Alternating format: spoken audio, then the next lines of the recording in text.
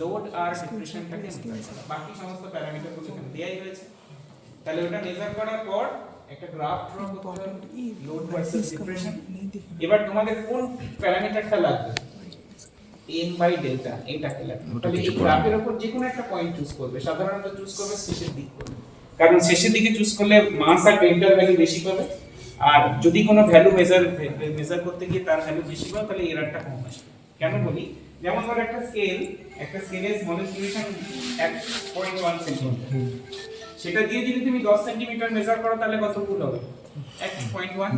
সেটা দিয়ে যদি তুমি 1000 সেন্টিমিটার মেজার করো কত ভুলে যাবে, 0.1 বাই 1000, তাহলে এররটা অনেক কমে যাচ্ছে। সেইজন্য চেষ্টা করবে এটা দূরের দিকে চুজ করতে, যাতে তুমি এখানে যে m আর ডেল্টার ভ্যালুটা পাও সেটা অনেকটা বেশি পাও। তাহলে এখান থেকে তুমি পারপেন্ডিকুলার ড্র করবে x অ্যাক্সিস এর উপর, এটা x অ্যাক্সিস, তাহলে এখান থেকে এই ডিসটেন্সটা হচ্ছে m, আর এখান থেকে এটা হচ্ছে ডেল্টা, তাহলে m বাই ডেল্টাটা এখান থেকে বার করার পর এই ফর্মুলা পুট করবে, g n b d সব দেয়া আছে, তাহলে তুমি y টা পেয়ে যাবে, মডুলাসটা পেয়ে যাবে। কিন্তু এই মেজারমেন্টটা এখানে একটু তোমাকে মাইনিউটলি করতে হবে, ঠিক আছে? এই মেজারমেন্টটা করার জন্য তোমাদের একটা দেখবে ছক আমরা দিয়ে দিচ্ছি, সেই ছকটা তোমরা একটু ওখানে খাতায় নোট করবে। এখানে মেজারমেন্ট করার জন্য বেসিক্যালি মেজারমেন্টটা তো খুব বেশি নয়, অল্পই হবে, দেখবে অল্প অল্প করে হবে। ফাইন ভাবে মেজার করার জন্য এখানে একটা স্ফেরোমিটার ইউজ করা হয়। স্ফেরোমিটারের কাজ তোমরা করে এসছো, যে স্ফেরোমিটারে আমি যখন কোনো ডেপথ বার করব তখন সেটাকে কি করতে হয়, একটা সার্কুলার স্কেল আছে, সেটাকে ঘুরিয়ে ঘুরিয়ে মেজার করতে হয়।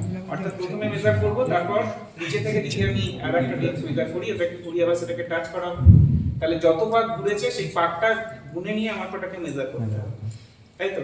ওখানে সাধারণত দেখবে 100টা ডিভিশন আছে, আর 100টা ডিভিশন যদি এক পাক কমপ্লিট হয়, মানে 100 ঘর যায়, তাহলে ওর যে টিপটা দেখবে 1.1 সেন্টিমিটার যাবে, ঠিক আছে? যেটাকে বলে স্ক্রু পিচ বলে সেটাকে, ঠিক আছে?